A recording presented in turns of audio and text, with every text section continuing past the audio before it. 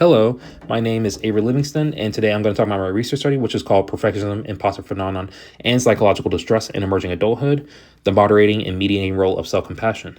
This study examines self-compassion as both a mediator and moderator of the associations among socially prescribed perfectionism, imposter phenomenon, and psychological distress in emerging adults. Now, to start, what is emerging adults?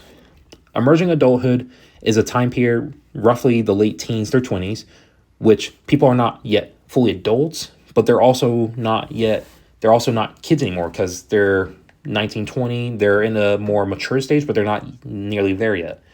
And this stage is quite unique as it's marked by independence, exploration, and even identity formation, as they don't know who they are. They don't know what they're going to do.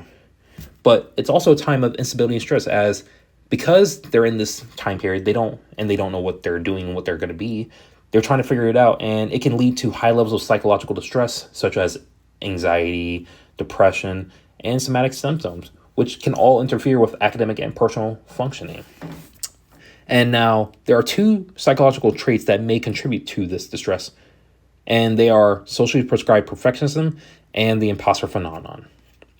Now, to start, socially prescribed perfectionism refers to the belief that others expect you to be perfect and that your worth depends on meeting those standards, essentially. It's been strongly linked to both depression symptoms, psychological distress, and even anxiety.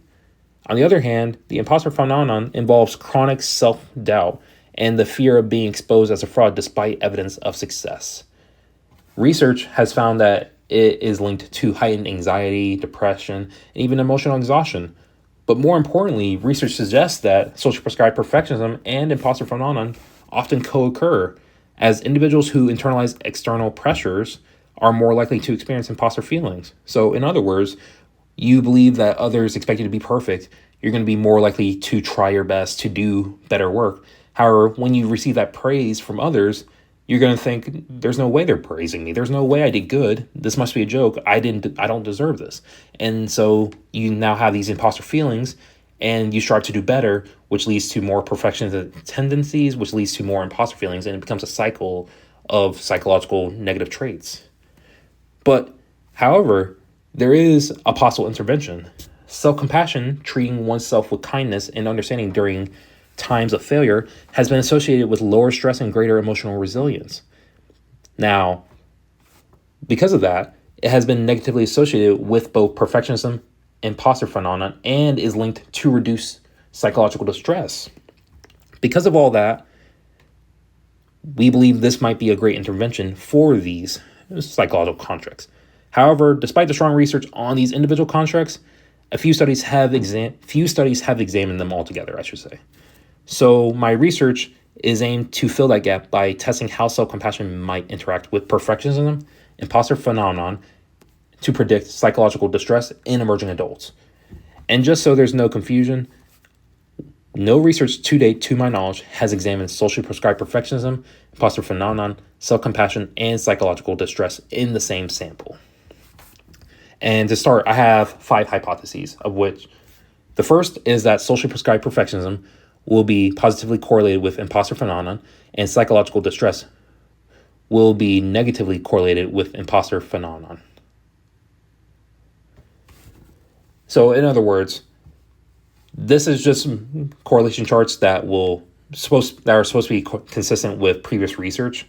They're not meant to be my own hypotheses. These are just meant to demonstrate that research in the past has been correct and that we are continuing that trend. However, hypotheses 2 through 5 are of my own. Self-compassion will moderate the relation of socially prescribed perfectionism and psychological distress. In other words, psychological distress will decrease when self-compassion is inserted into this framework. Self-compassion will, in hypothesis 3, self-compassion will mediate the relation between socially prescribed perfectionism and psychological distress. So, in other words, in this case, when you have socially prescribed perfectionism, psychological distress increases. However, when you insert self-compassion, it should provide another way to explain psychological distress and possibly reduce it, because if someone doesn't have a lot of self-compassion, their psychological distress should be increasing still. My fourth hypothesis, which is similar to hypothesis 2, is that self-compassion will moderate the relation between imposter phenomenon and psychological distress, and such that when you have self-compassion, psychological distress should decrease, even though imposter phenomenon is increasing. And last is that imposter phenomenon will mediate the relation between socially prescribed perfectionism and psychological distress. So when all increase, psychological distress should increase as well as imposter phenomenon. Now, for my sample, I had a total of 196 participants aged 18 through 29 recruited from the online platform Prolific, which is a platform where you can recruit people to do your study. The sample was 50% male, 46% female, 4% gender queer and non-binary, and 1% non-specified. The average age of my participants was 24.52 years old. Now, in the order that the measures were administered, I had first the socially prescribed perfectionism subscale of the Hewitt-Flett multidimensional perfectionism scale. Then I had the Clance imposter phenomenon scale, which also included an open-ended question about where they had experienced imposter feelings. Third was the self-compassion scale by Kristen Neff. And finally was the general health questionnaire 28-item version, which assessed general health questions as well as psychological distress.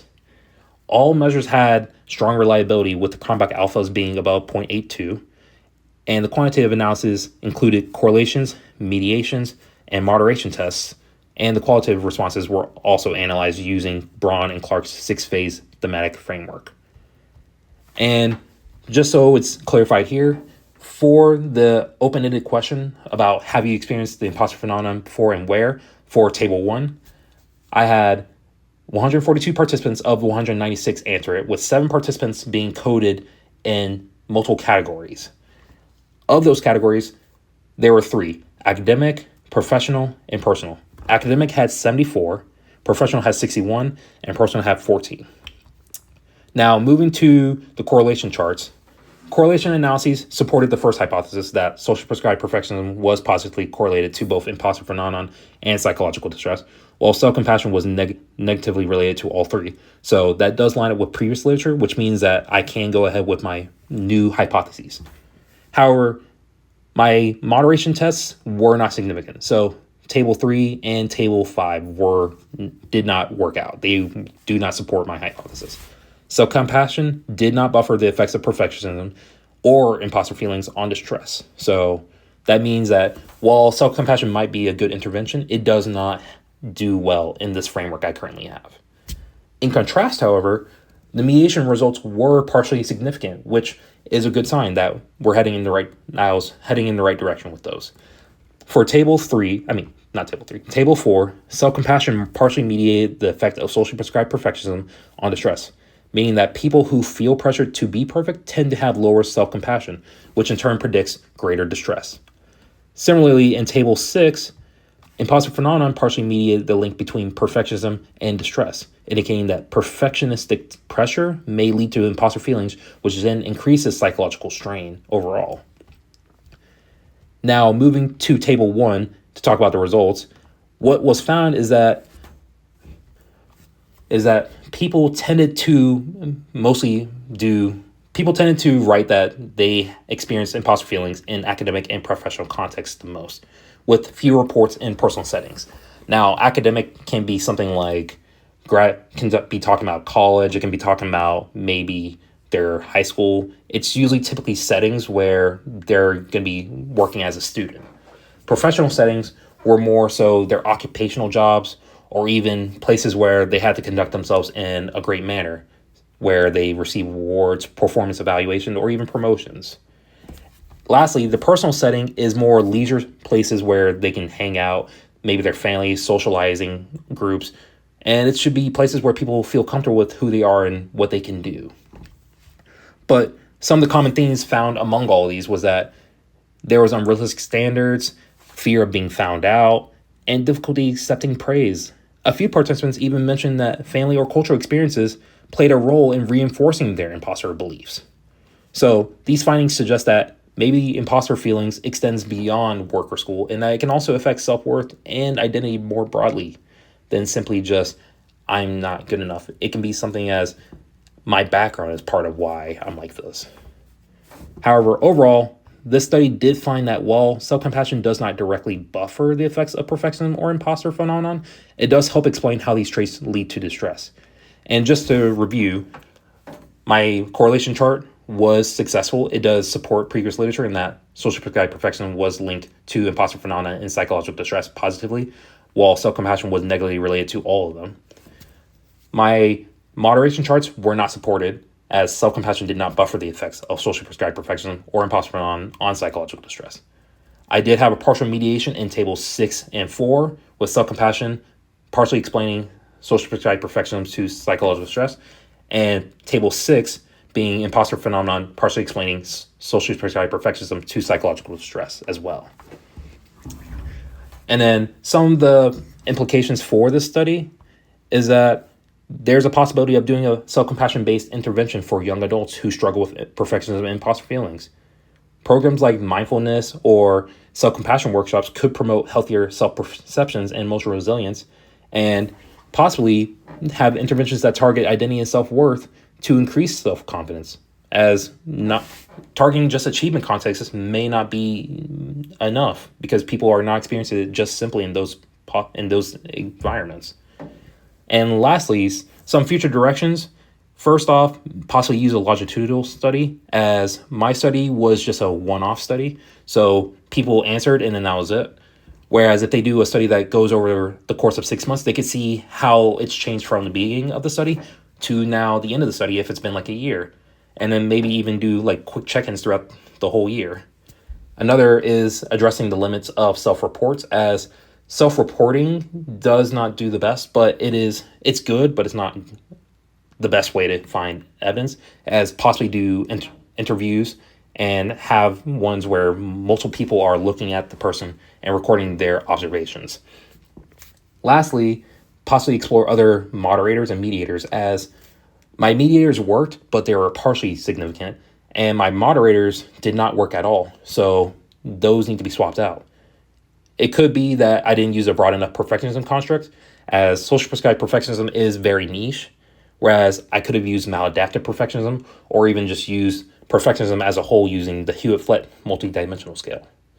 But to conclude, my findings suggest that self-compassion is not just a shield, but a softener. It does not prevent distress outright, but it can help ease the emotional weight of perfectionism and possibly imposter feelings in emerging adults. Thank you for listening.